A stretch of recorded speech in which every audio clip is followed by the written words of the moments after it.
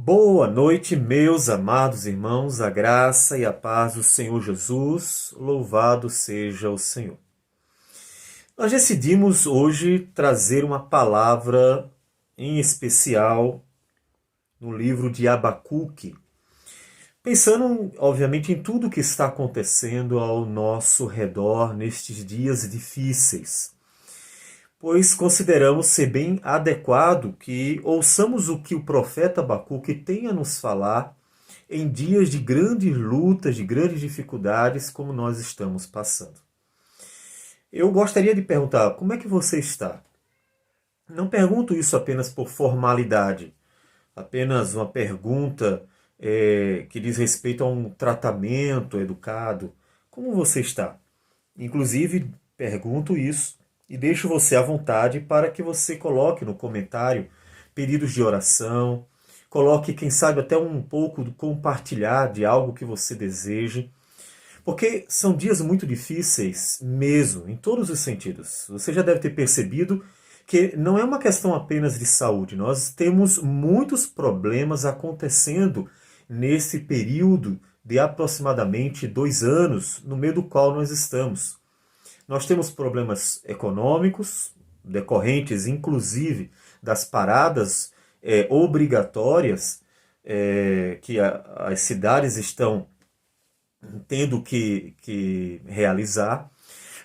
Nós estamos tendo problemas políticos porque é notória a guerra política em que nós estamos vivendo. Há sérios problemas, de fato, e muita gente se aproveita da fragilidade do momento para tentar puxar a sardinha para o seu lado e prejudicar os outros.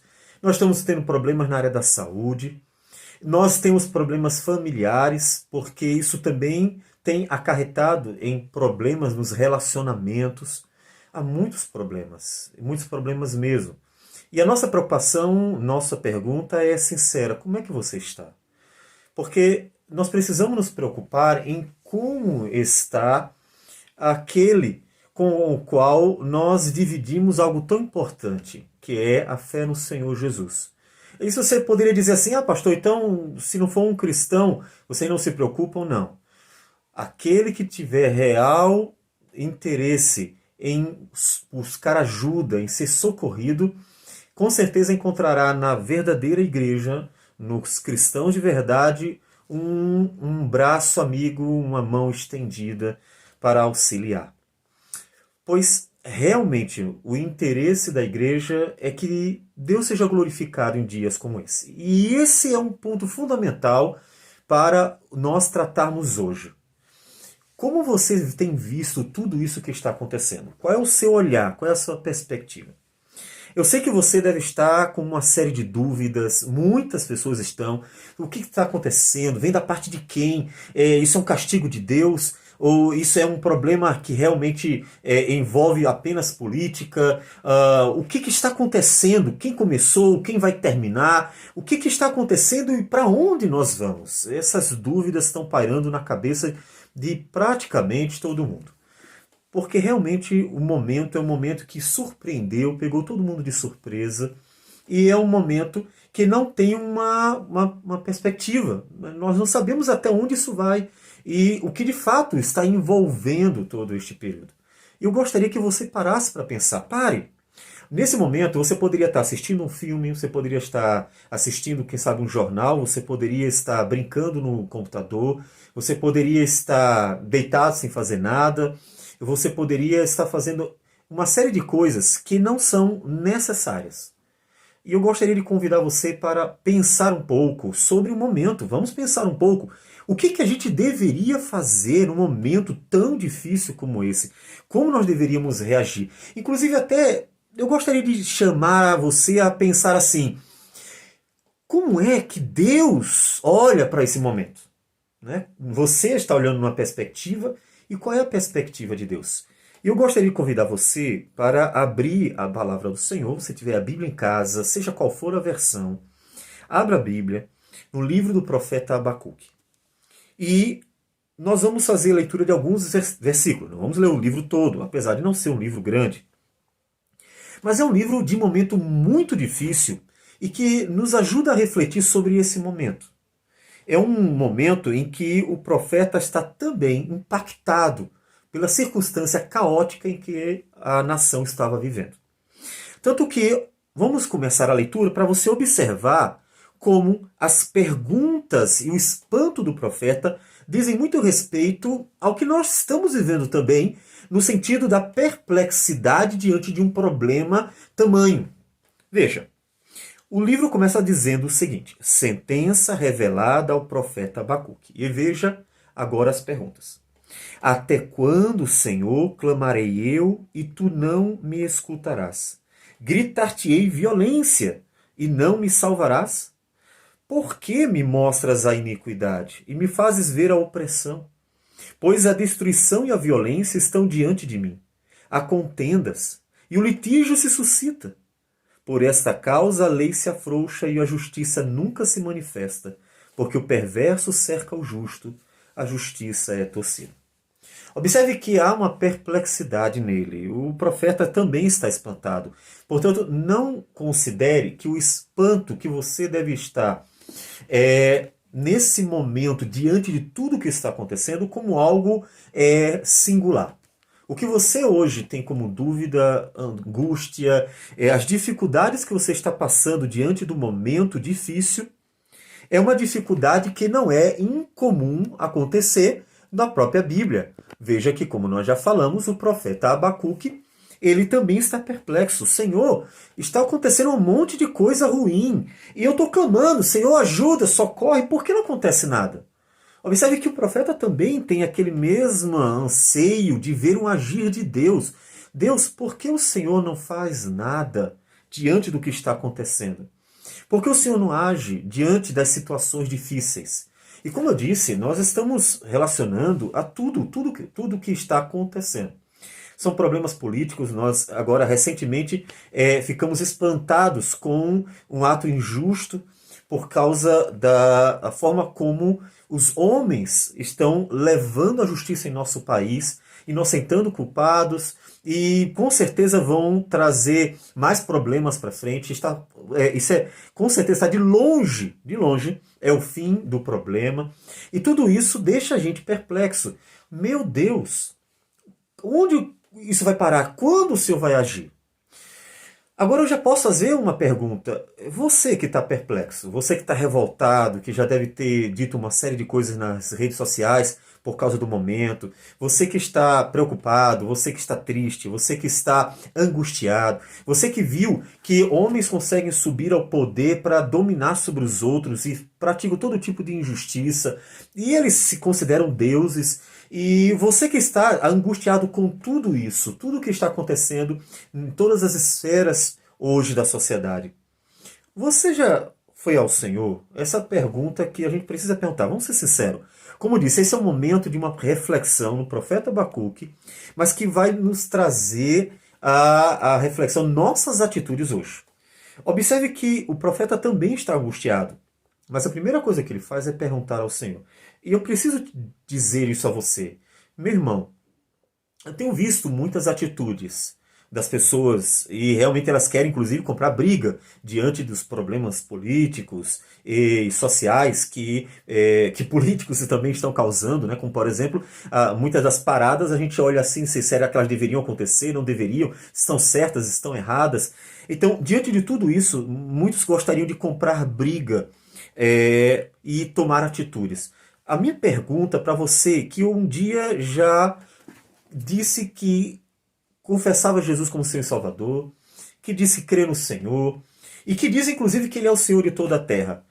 Você já tem procurado Deus para perguntar a Deus o que o Senhor pensa de tudo isso?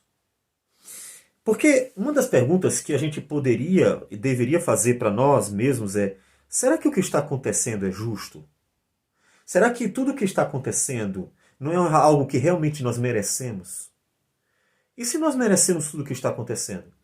E se Deus mesmo já há muito tempo está olhando para a vida da própria igreja e vendo injustiças, desonestidade, vendo politicagem, vendo mentiras, enganos, vendo maldade, falta de amor, vendo briga pelo poder, interesse em prejudicar uns aos outros, fazendo da igreja de um parquinho de diversão e fazendo dela só um meio de entreter pessoas. E se Deus já há muito tempo está olhando para tudo isso e realmente quer trazer algo? Veja, já se colocou no lugar de Deus nesse sentido? Ou seja, já se colocou no lugar dele como alguém que olha para o problema? Será que a gente não merece isso? Ou a nossa nação, vamos lá. Você acha que a nossa nação ela é formada de um povo honesto, 100% honesto? Claro, eu exagero, 100% nenhum povo será. Mas é um povo que tem como uma marca o caráter, a honestidade, a integridade. Vamos ser sinceros, é. Porque a gente sempre fala dos políticos, porque os políticos eles são homens públicos.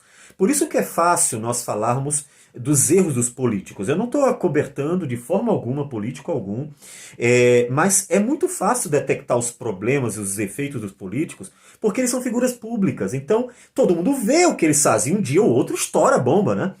Mas a pergunta é, será que aquilo que o político faz de errado, toda aquela coisa errada que a gente fica revoltado quando descobre que eles fazem, será que isso não tem acontecido no dia a dia do nosso povo? Até dentro da igreja, às vezes. Então, a minha primeira pergunta é, você tem perguntado à pessoa certa sobre o que está acontecendo? É mais ou menos assim, você trabalha na empresa e começa a acontecer uma série de coisas erradas no setor em que você trabalha, e você então, de repente, começa a perguntar a si mesmo ou aos colegas, mas por que isso? Por que aquilo? Por que aquilo? Por que aquilo? E nunca foi até aquele que é responsável por todo o setor. O gerente do setor, o chefe do setor, alguém que é o responsável, que está gerenciando toda a área. Você nunca teve coragem ou nunca pensou em perguntar exatamente àquele que é o responsável. Eu queria que você perguntasse, como Abacuque perguntou. A primeira coisa que o Abacuque nos ensina é que a pessoa certa para perguntar, Deus, o que está acontecendo? É para Deus. Por quê? Porque Ele é o Senhor de tudo. É tudo dele. Ô Senhor, o mundo é teu, ó. A minha casa, se acontecer uma coisa errada na minha casa, aí você vai vir para mim, né? Você assim, pastor, olha, seus filhos fizeram isso de errado. E aí, né? Pode chamar, você vai perguntar, por quê? Porque eu sou responsável pela minha casa. Então, quando meus filhos fizerem alguma coisa errada, você vem para mim. Você não vem primeiro para os filhos, você vem primeiro para o que é responsável. A casa é de Deus. O mundo é de Deus. Então, é a primeira coisa que eu preciso perguntar. Realmente, você tem ido até Deus para fazer a pergunta de Abacuque. Deus, por que está acontecendo isso? Porque no momento em que você fizer essa pergunta para Deus, você precisará ser muito sincero. E eu quero mostrar a sinceridade de um personagem, o Daniel, que ele vivenciou o problema. O que Abacuque está questionando, o profeta Daniel viveu depois. Porque exatamente o que o profeta Abacuque está levantando como questão é o cativeiro da Babilônia que vai acontecer. Ele está questionando os dias maus de Judá e logo em seguida o castigo que virá, que é o cativeiro da Babilônia. Então a relação é problema, castigo, e o profeta Daniel vivenciou isso aí. E veja que no capítulo 9 do profeta Daniel, quando ele vai orar ao Senhor, diz assim, orei ao Senhor, versículo 4. Meu Deus, confessei e disse, Senhor, Deus grande e temível, que guardas a aliança e a misericórdia para com os que te amam e guardam os teus mandamentos. Temos pecado e cometido iniquidade, procedemos perversamente e fomos rebeldes, apartando-nos dos teus mandamentos e dos teus juízos. Não demos ouvido aos teus servos, os profetas, que em teu nome falaram aos nossos reis, nossos príncipes e nossos pais, como também a todo o povo da terra. A ti, ó Senhor, pertence a justiça, mas a nós o corar de vergonha, como hoje se vê aos homens de Judá. Observe que o profeta Daniel é muito sincero. Deus, o que aconteceu conosco, nós merecemos. E por isso que nós precisamos ir para a pessoa certa. Porque quando você se encontra diante de Deus e diz, Senhor, por que está acontecendo isso comigo? Por que está acontecendo isso com o meu país? Por que está acontecendo isso com a minha cidade? Com toda essa geração? Por que está acontecendo isso?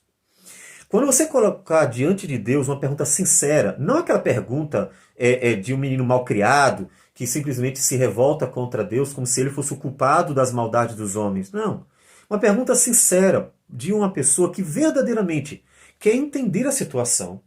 Você vai automaticamente ser conduzido à vida do ser humano. Você vai ter que observar, mas será que nós não somos culpados? Será que nós não queremos isso mesmo? Ou merecemos isso? Será que não fomos nós que fomos atrás desses problemas? Será que nossas atitudes não já eram desonestas, injustas e maldosas? Nós não vamos colocar políticos no governo de um país que são completamente diferentes do povo desse país. Eles são brasileiros também. Ninguém colocou uma pessoa de outro país para governar o nosso país, nossa cidade, nosso estado, seja lá como for. Não veio de fora, não. Tá dentro. Se está dentro, significa que nós colocamos gente de nossa gente. Alguém que tem a ver com os costumes do nosso povo. Por isso que nós temos que perguntar a nós mesmos, será que nós não fizemos por merecer? Então, a pergunta de Abacuque se dirige a Deus, ela revela, primeiro, que Deus é quem pode dar a resposta. Quem pode dar a resposta não é o nosso presidente. O nosso presidente não tem a resposta sobre o mundo, sobre a criação, e nenhum outro homem. Quem pode dar a resposta é Deus. E ao mesmo tempo, essa resposta também será encontrada em nossas vidas, em nossas atitudes, em nossas gerações. Por que Deus está acontecendo isso? Eu gostaria então que você, logo de início, parasse e refletisse sobre sua vida.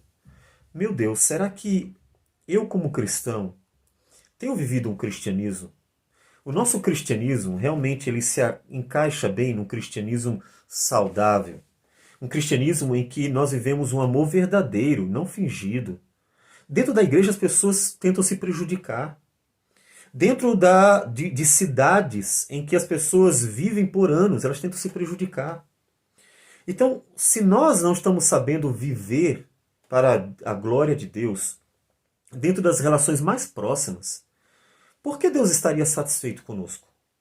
Por que Deus estaria satisfeito ou desejaria nos dar coisas boas quando Ele está olhando para nós e vendo que está tudo ruim? E que, inclusive, o único jeito de nós pararmos para pensar como está ruim é exatamente tendo esse chamado de atenção. É no sofrimento que nós ficamos mais sensíveis a ouvir um pouquinho. Porque por quantos anos pregações foram feitas dizendo assim, não está bom, não está bom, não é desse jeito, precisamos mudar. Então, eu quero que você pense na sua vida. Eu quero que você pense, meu Deus, e se não tem que começar comigo? E se a mudança da nossa sociedade não precisa começar comigo, com a minha forma de trabalhar, com a minha forma de lidar com as pessoas, com a minha forma de trabalhar dentro da igreja, fora dela, a forma de me relacionar com as pessoas.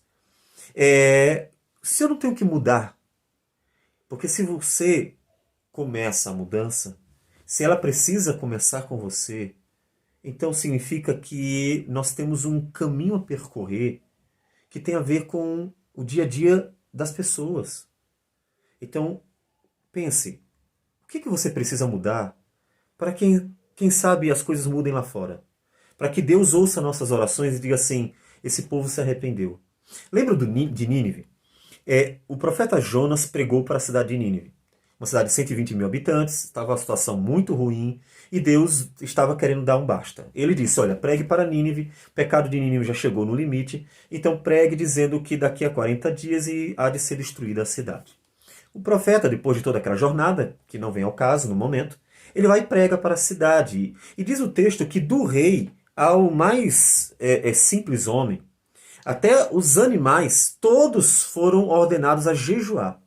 Tudo parou para manifestar um sentimento de arrependimento. E diz o texto que Deus viu aquilo e se agradou. Então observe que nessa atitude da cidade de Nínive, uma cidade pagã, nós encontramos esperança. Deus olha para o verdadeiro arrependimento daqueles que se humilham diante dele. Por isso que é bom, é fundamental nós pararmos nesse momento para observarmos um pouco o que está acontecendo e fazermos as perguntas certas. Porque nesse momento eu sei que muita gente está brigando, por causa principalmente questões políticas, mas eu gostaria que parasse um pouquinho.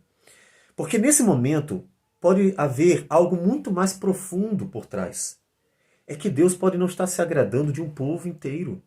De um povo que é mau, que rouba, que engana, que mente, que prejudica o outro, que faz todo tipo de politicagem em todos os âmbitos, desde a esfera mais sagrada, digamos assim, que é a igreja, a aquilo que nós vemos acontecer lá fora nos palanques de nosso país. Então, vamos ver a nossa atitude para que Deus, olhando para ela e nós refletindo na nossa atitude, Deus possa levar em consideração o nosso clamor a Ele. Então o profeta, a primeira coisa que ele fez foi dizer: Senhor, por que o Senhor não age? E isso nos levou a uma reflexão. Porque será que Deus não está aborrecido com este povo? Veja a resposta de Deus. Versículo 5 de Abacuque, capítulo 1. Vede entre as nações, olhai, maravilhai-vos e desvanecei, porque realizo em vossos dias obra tal que vós não crereis quando vos for contado. Porque eis que suscita os caldeus, nação amarga e impetuosa, que marcham pela largura da terra para apoderar-se de moradas que não são suas. Então, ele começa a falar, aqui nos versículos de 5 a 11, sobre o povo, os caldeus, que viriam como instrumento de castigo exatamente para Judá, para castigar esse povo, que era a razão da primeira pergunta. Senhor, só encontro violência, só encontro maldade, só encontro injustiça em minha nação. O Senhor não está vendo nada? Aí Deus diz assim: sim, estou vendo. Eu tanto estou vendo que eu vou trazer um povo de fora para castigar este povo. Então, veja, essa é a pergunta inicial. Deus, por que você não faz nada? Mas será que não já está fazendo? Será que por causa de anos que nós clamamos a Deus e dissemos assim: Senhor, nosso povo é corrupto, nosso povo mente, engana, é injusto, faz maldade uns com os outros, lá fora, inclusive, outros povos, nós vamos encontrar muitas brigas com etnias, ou seja, entre etnias. Um país brigando com outro país. Mas é mais incomum você encontrar essa briga interna. Porque quando o país ele tem um senso de valorização de si mesmo, então ele briga contra todo mundo, menos contra ele mesmo. No nosso país é diferente. No nosso país, nós brigamos contra o próprio povo brasileiro, porque cada um no nosso país quer tirar vantagem de tudo. Quer tirar vantagem da fila, e aí quer furar a fila, quer tirar vantagem de um cargo político, quer tirar vantagem de um cargo eclesiástico, quer tirar vantagem no mercadinho, quer tirar vantagem dentro da empresa. As pessoas querem tirar vantagem em tudo. Então, será que Deus nos já está trazendo o castigo? Porque as coisas só pioram. E nós não temos uma perspectiva positiva. Provavelmente coisas piores ainda vão acontecer pelo andar da carruagem. Mas nós temos esperança, porque Deus é um Deus de misericórdia. Mas para isso a gente precisa refletir primeiro. Será que Deus não está fazendo a gente refletir? Será que Deus não está mostrando para nós a imensa necessidade de que este povo faça como Nínive fez e se prostre diante dele com lágrimas, com arrependimento? Porque enquanto nós estivermos apenas levantando vozes de críticas, protestos e reclamações, apenas focando em alguns personagens, como se eles fossem a causa de todos os problemas, não é que eles não tenham nenhuma culpa, mas como se eles fossem a causa de tudo. Enquanto nós olharmos demais só para isso e nos esquecermos de que Deus é o Senhor de todas as coisas, nós corremos um sério risco de vermos Deus um dia após o outro pesando a mão sobre todos e as pessoas não se apercebendo que no final das contas é Deus quem quer que nós nos arrependamos. É dele que vem. Então veja que Deus diz: eu estou suscitando uma nação que vai servir de castigo para vocês, que vai servir de castigo para este povo. E aí o profeta fica então mais perplexo ainda. O versículo 12 diz assim: Não és tu desde a eternidade, ó Senhor, meu Deus, ó meu santo, não morreremos. Ó Senhor, para executar juízo, puseste aquele povo, tu, ó rocha, o fundaste para servir de disciplina.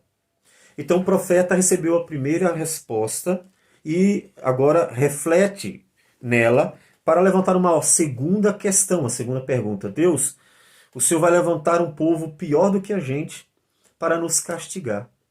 O Senhor vai levantar um povo que não só pratica as mesmas injustiças, mas piores ainda, porque é um povo idólatra, é um povo que sai devorando todo mundo, que sai tomando a terra de todo mundo. Os caldeus estavam varrendo a terra naqueles dias. Então, ele, Senhor, vai levantar alguém pior para castigar alguém que é ruim, mas não é tão ruim quanto aquele outro.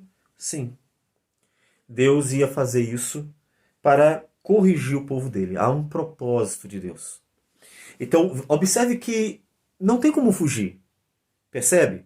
Você que quer muito que o problema seja resolvido, mas está tentando resolver o problema de várias formas, menos aquela forma certa. Vamos orar?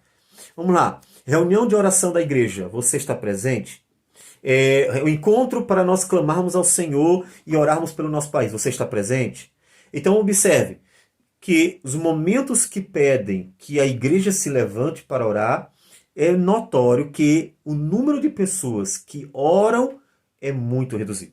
Uma igreja de 100 pessoas, ela terá 10 pessoas numa reunião de oração.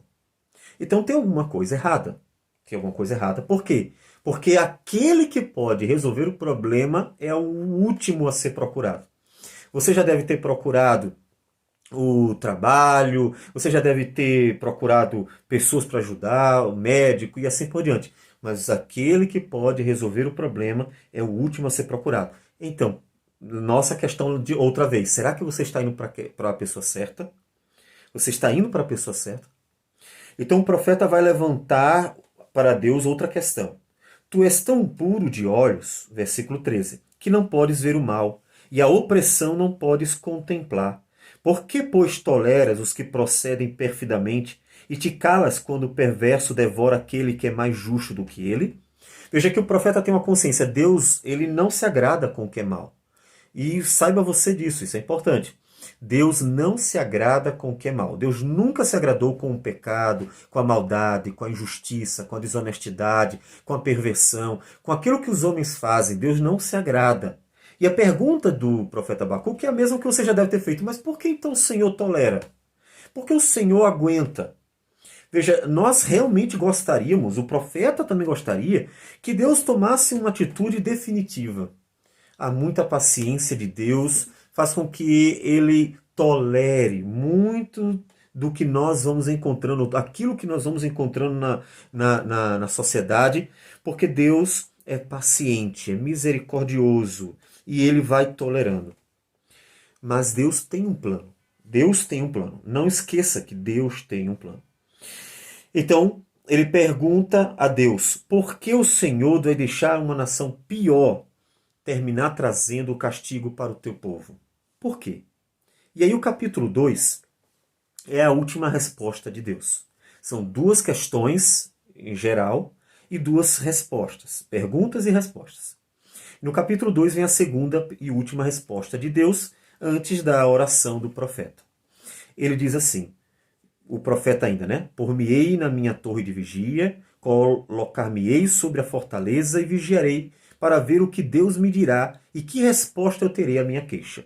Então, é Deus quem há de responder e é de Deus que nós precisamos da resposta, não é de outra pessoa, porque o Senhor é que é o governante e o Senhor de toda a terra. Não sou eu, não é você, nem é o presidente, nem outra pessoa. É Deus. Então, é de Deus que tem que vir a resposta. O Senhor me respondeu e disse, escreve a visão, grava sobre tábuas, para que a possa ler até quem passa correndo, porque a visão ainda está para cumprir-se, no tempo determinado. Veja, tem um tempo. Deus diz, escreve, porque vai se cumprir o que eu estou dizendo. Só que vai se cumprir no tempo certo. Ou seja, não adianta nós tentarmos resolver problemas, questões, quando que dizem respeito ao agir de Deus, quando é Deus quem decidiu o tempo que essas coisas vão acontecer. Deus tem um tempo, ela vai acontecer. Pode parecer demorado, mas se apressa para o fim e não falhará. Se tardar, espera-o, porque certamente virá, não tardará. Vai parecer que vai demorar, mas não vai. Vai se cumprir. Tenha paciência. Então, observe que quando nós clamamos a Deus, nós estamos clamando àquele que tem um plano. Deus tem um projeto, Deus tem um plano, Deus está vendo. E nós precisamos estar olhando para Ele, Senhor, ajude-nos, porque o Senhor é o único que pode resolver o problema. Para que nós, recorrendo a Deus, esperemos em Deus.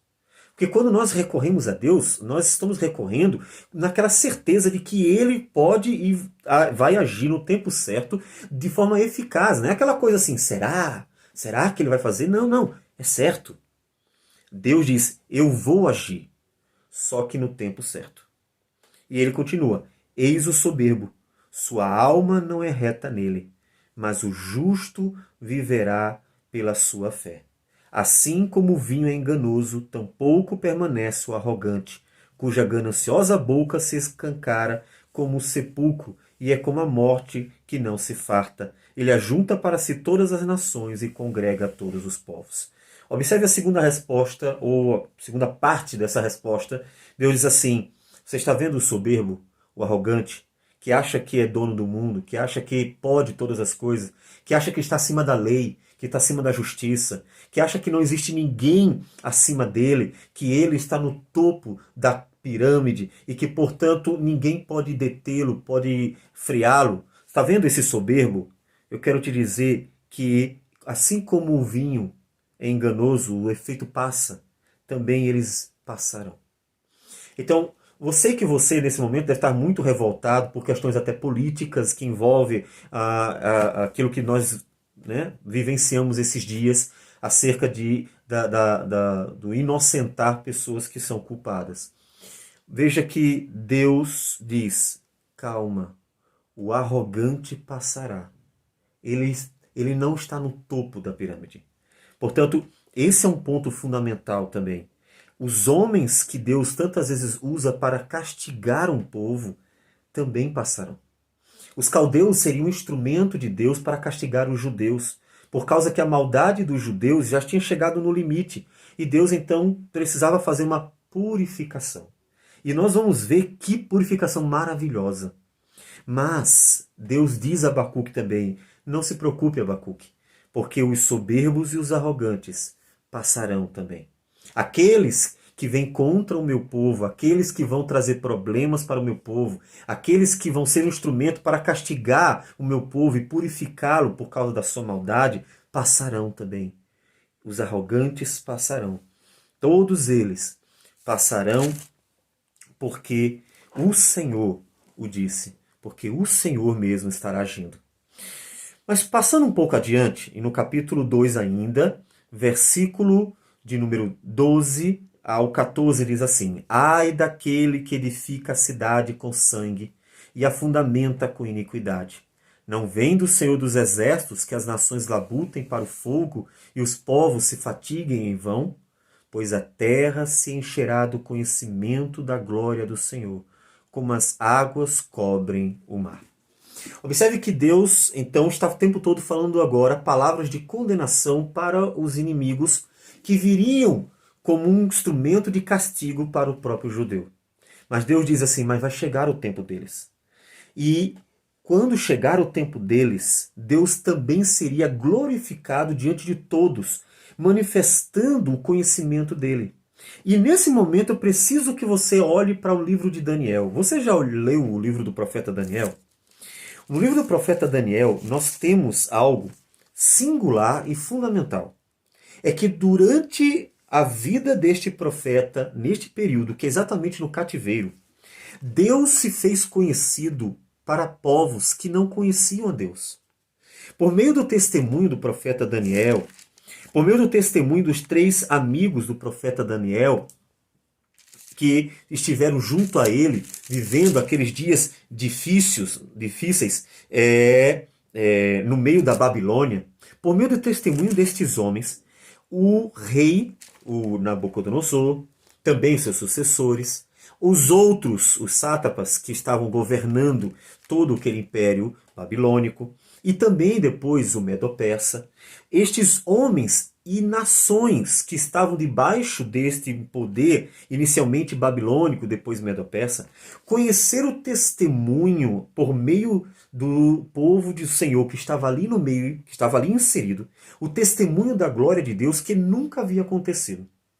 No meio deste povo, Deus mostrou a sua glória, a tal ponto de, no capítulo 4, nós temos o testemunho do grande imperador Nabucodonosor, que diz o seguinte.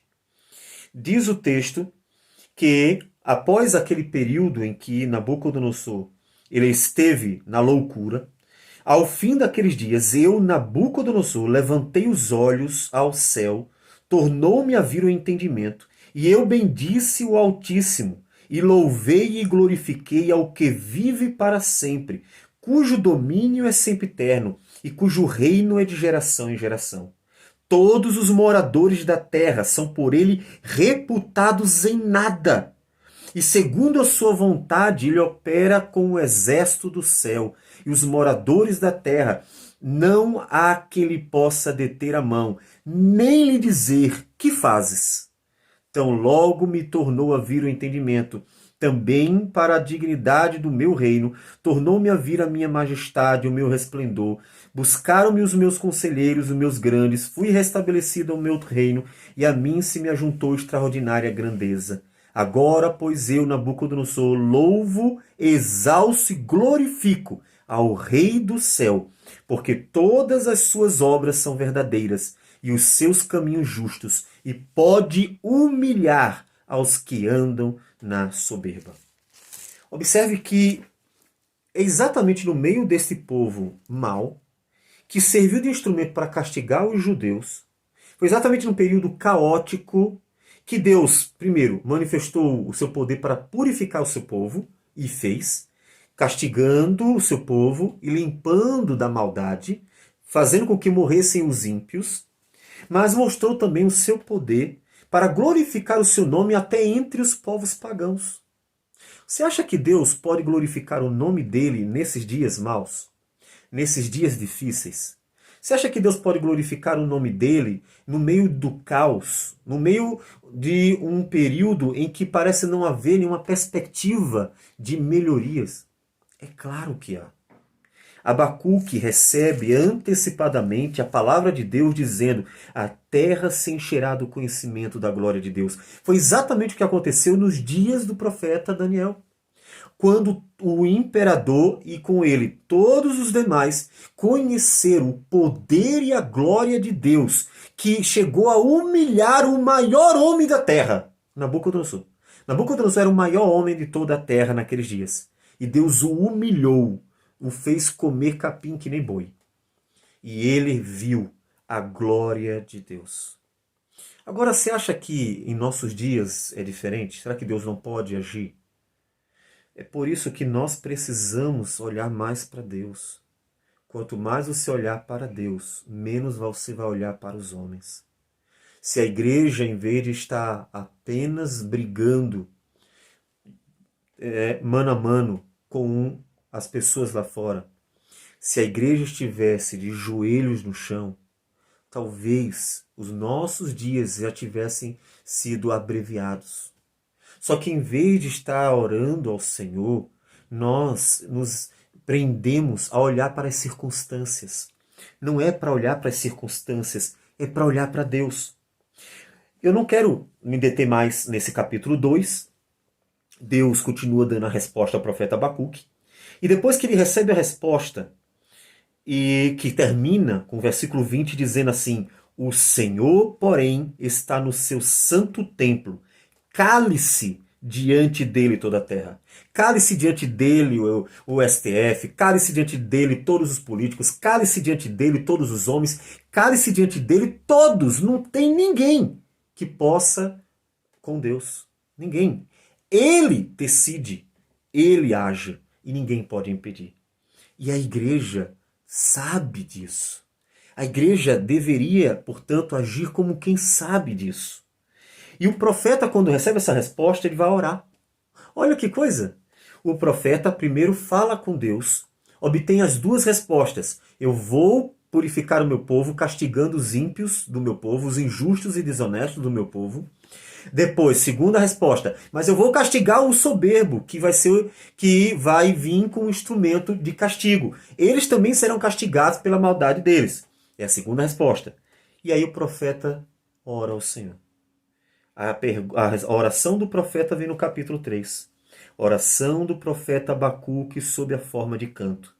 Tenho ouvido, ó Senhor, as tuas declarações e me sinto alarmado. Aviva a tua obra, ó Senhor, no decorrer dos anos, e no decurso dos anos faze-a conhecida. Na tua ira, lembra-te da misericórdia. Oração do profeta: Senhor, na tua ira, lembra-te da misericórdia. Nós precisamos colocar o joelhinho no chão e orar como igreja. Senhor, nós merecemos o que está acontecendo. Nós merecemos até esses políticos, com toda a corrupção deles, porque nós, no dia a dia, também fomos corruptos tantas vezes. Quantas vezes o povo, nas coisas mínimas, no trabalho, passar um troco, um simples troco, olha, eita, faltou 10 centavos. Uma coisa mais simples do mundo. E a pessoa fica com os 10 centavos em vez de devolver os 10 centavos. Nas coisas mais básicas, nós merecemos, Senhor, porque nós somos corruptos. Nós não demos o salário que era devido. Antes, nós tentamos enriquecer às custas dos outros. Nós prejudicamos, nós enganamos, nós mentimos, nós fazemos artimanhas para prejudicar. Eu estou dizendo a você, como pastor, até dentro da igreja isso acontece. Tantas pessoas tentam derrubar umas às outras.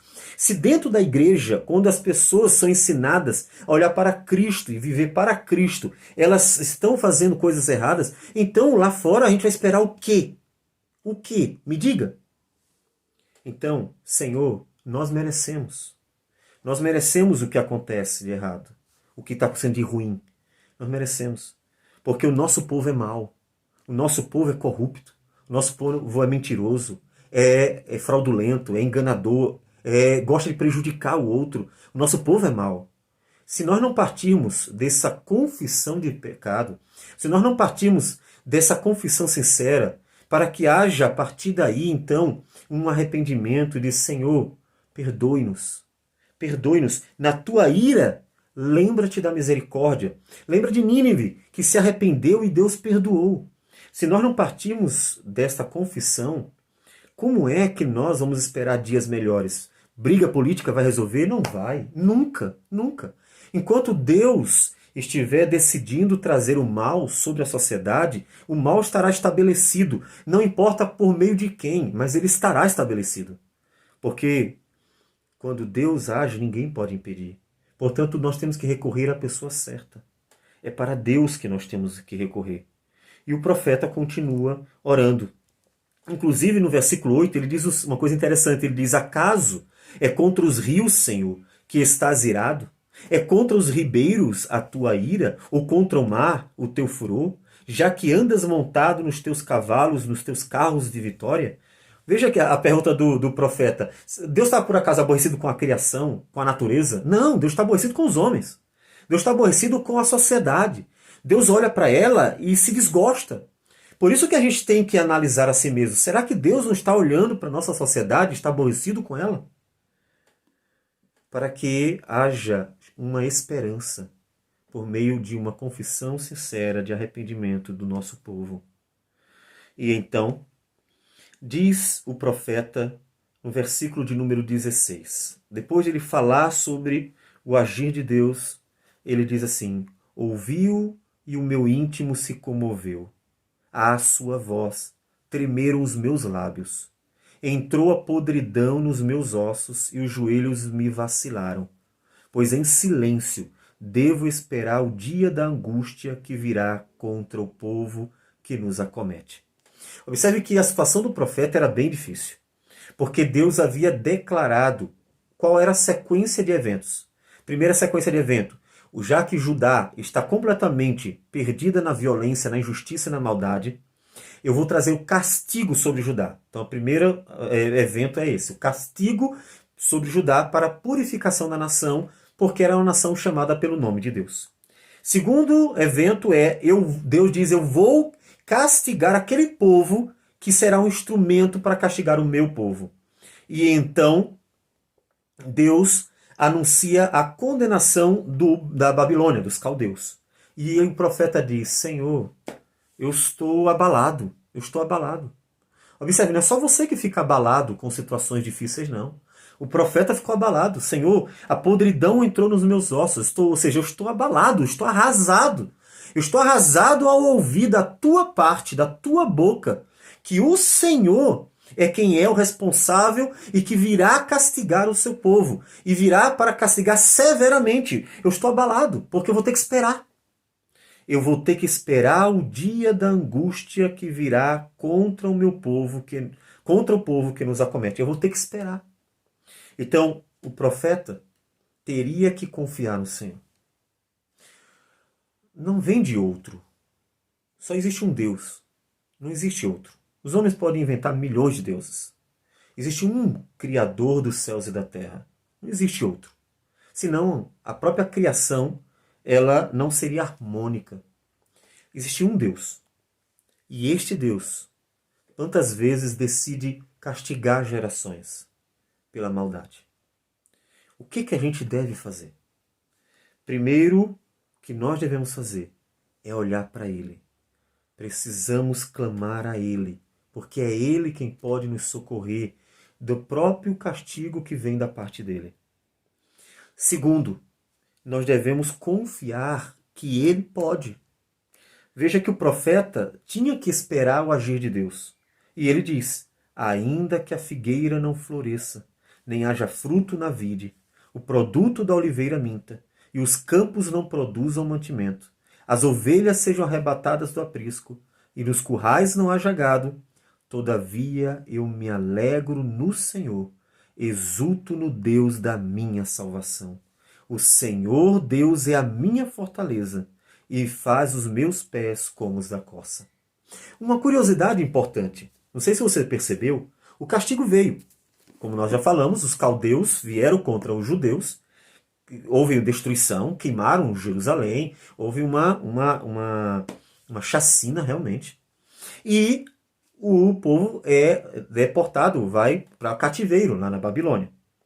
Uma curiosidade importantíssima, todos os que confiaram em Deus foram poupados por Deus.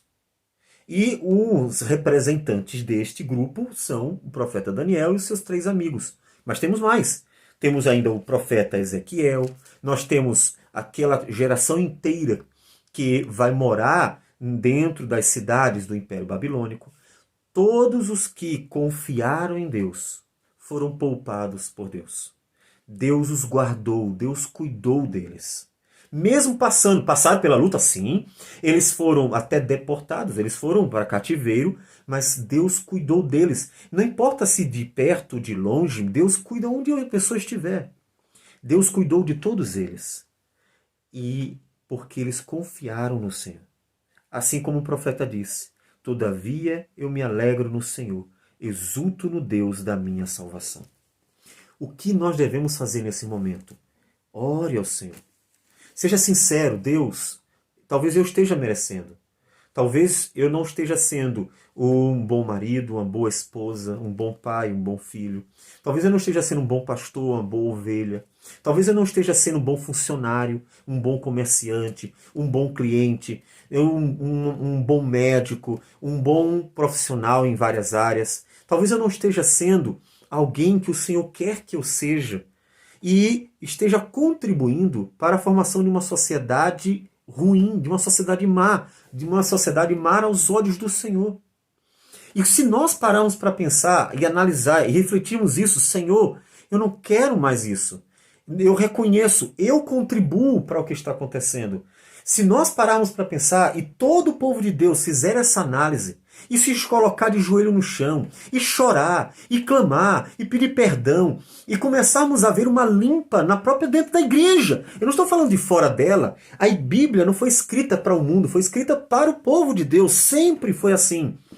Se a própria igreja fizer essa análise e começar a se limpar, se purificar, será que Deus não vai ouvir as orações da igreja e nos dar dias melhores? Será que Deus não vai ouvir as orações da igreja e dizer assim, como olhou para Nínive, um povo completamente alheio a Deus, completamente. E Deus olhou para Nínive, viu o arrependimento. Diz o texto de Jonas que Deus viu que eles se humilharam diante do Senhor pedindo perdão. E Deus perdoou o pecado daquele povo. Seria diferente com nossos dias? Será que Deus não vai olhar para nossas lideranças que se arrependem? Será que Deus não vai olhar para a igreja dele que se arrepende? Não vai olhar para as famílias que se arrependem? Será que ele não vai olhar para os jovens que se arrependem, para os adultos que se arrependem? Será que ele não vai olhar para a sociedade que colocou sobre si pano de saco e cinzas num gesto de humilhação e arrependimento verdadeiro? E será que ele não vai se compadecer e nos dar dias melhores? Vai. Deus sempre fez isso. E acho, portanto, é uma necessidade urgente de nós tomarmos uma atitude. Porque, como Deus é muito, muito, muito misericordioso, há esperança. Sempre há esperança em Deus, porque Ele é muito misericordioso. Então, antes inclusive de nós terminarmos vendo coisas piores acontecendo em 2022, porque vem as eleições por aí. Antes de nós vermos coisas piores acontecendo no futuro, esse é o momento da igreja colocar o joelho no chão. Mais do que qualquer coisa que você possa dizer no Facebook sobre política, sobre aquilo que está acontecendo em nossos dias, suas palavras não vão resolver nada, nada, nada, nada, nada. Porque o que as pessoas precisam é colocar o joelho no chão e clamar ao único que pode tirar o mal político, que pode nos dar dias melhores, que pode nos dar saúde, que pode restaurar a vida social, que pode mudar de fato os nossos dias. O nome dele é Deus. Portanto, eu queria que você olhasse para o profeta Abacuque e, como o profeta Abacuque, dirigisse os seus olhos para Deus. Deus, por que está acontecendo isso conosco? Será que nós não temos culpa realmente? Será que a causa não somos nós mesmos? Que temos feito coisas erradas? Que temos pecado contra o Senhor? Que temos feito coisas que no Senhor não se agrada? E que ano após ano vamos fazendo sem nem nos preocupar, nem ligando se está certo, se está errado, se está bom ou está ruim? Se o Deus se agrada ou não se agrada? E de repente chegou o momento de prestar contas. E o Senhor castiga para o próprio bem do povo. Porque o pai castiga o filho para que ele se arrependa. E então, uma vez que você tenha consciência da necessidade de você também colocar o seu joelho no chão e clamar ao Senhor, se junte à igreja. Coloque-se diante de Deus, reconheça suas falhas também. Peça misericórdia, Deus, Senhor, por favor, perdoe-nos. E então, nesse clamor a Deus, comece uma nova atitude. Faça aquilo que você tem que fazer, mude. Tudo o que você precisar mudar, mude. E vai clamando a Deus e mude. Vai clamando a Deus e mude. E você verá que Deus é muito misericordioso. É tardio em irar-se. É grande em clemência. E Ele se arrepende do mal. Ou seja, Ele deixa de nos dar castigos, disciplinas, juízo por causa de suas misericórdias. Portanto, eu gostaria de chamar você a orar ao Senhor. Vamos orar neste momento. Vamos colocar-nos diante de Deus, porque há esperança no Senhor. Senhor Deus amado, obrigado por tua palavra. Obrigado, Senhor Deus, porque o Senhor fala conosco. Nós somos tão pequeninos, mas o Senhor fala conosco. Fala de um jeito que a gente entenda. Sendo o Senhor tão grande, vem à nossa direção, vem, ó Deus, onde estamos para falar com seres tão pequenos, tão indignos. E nós reconhecemos, Senhor, nós somos os culpados por tudo que acontece em nosso país. Tantas vezes nós falamos mal da política brasileira como se fosse uma coisa completamente distante da nossa realidade, mas não é, Senhor. A verdade é que o nosso país é corrupto, Senhor. A injustiça está dentro das famílias, dentro das igrejas, dentro, Senhor Deus, das repartições, dentro das empresas, dentro do comércio. As pessoas tentam se aproveitar umas das outras o tempo todo. As pessoas tentam dominar sobre os outros, manipular, prejudicar. Isso é visto o tempo inteiro. Isso é visto até dentro da igreja, Senhor, quanto mais lá fora. E nós queremos reconhecer, Senhor, nós somos culpados. Como disse o profeta Daniel, a nós cabe o corar de vergonha. Não adianta, Senhor, nós estarmos acusando os políticos de serem corruptos e ladrões, quando nós também fomos corruptos e ladrões. Porque tantas vezes, Senhor Deus, vimos o teu próprio povo, Senhor Deus, mentindo, enganando, ó Deus, desviando dinheiro e fazendo coisas erradas. Quantas vezes tentando passar a perna uns nos outros. Ó Deus, portanto, eu quero começar em nós. Pedir perdão pelos nossos pecados. Pedir que nos ajude a mudar, a ser um povo que viva, Senhor, em amor, de verdade. Não em amor, naquela hipocrisia de sorrir na frente, mas por trás está falando mal. Não aquele amor fingido que só se mostra quando a gente tem que bajular e fazer o que os outros querem. Quando a gente tem que agradar para poder ser benquisto. Não, Pai, um amor verdadeiro. Um amor que sabe lidar com as diferenças, que sabe lidar, Senhor, com o outro, como o outro é, e não obrigá-lo a ser como nós somos, como eu sou. Ó Deus, eu quero pedir que o Senhor nos ajude. Nós precisamos do Senhor, para que mudemos e glorifiquemos o Teu nome, porque há esperança em Ti. Nós temos a certeza de que o Senhor pode perdoar este país. O Senhor pode perdoar este povo e o Senhor pode, ó Deus, nos dar dias melhores. Nós não queremos ver dias piores do que já estamos vendo, para que, ó Deus, haja um arrependimento. Queremos que isso comece hoje. Por isso eu peço que o Senhor toque no coração da tua igreja, para que ela, Senhor Deus, que tem orado tão pouco, mostrando, ó Deus, que ela não está atenta ao fato de que o Senhor é que é Deus.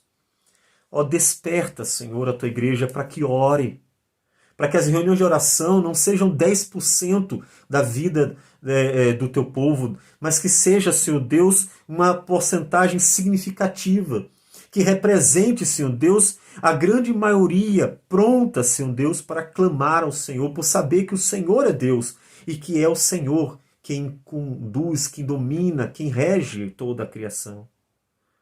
Ó Deus, perdoe-nos. Perdoe-nos, perdoe-nos os nossos pecados. E muda, sara a nossa terra. Muda, Senhor Deus, os nossos dias. Nós reconhecemos que merecemos, mas também que o Senhor é tão grande, tão bom, que o Senhor, ó Deus, pode nos perdoar e ainda mudar a nossa vida, para manifestar para todos a tua glória, para mostrar para todo mundo a grandeza das tuas obras. Que o Senhor possa ouvir a nossa oração. Em nome de Jesus que nós oramos. Amém, Senhor. Amém. Que Deus abençoe a todos. Até a próxima, então.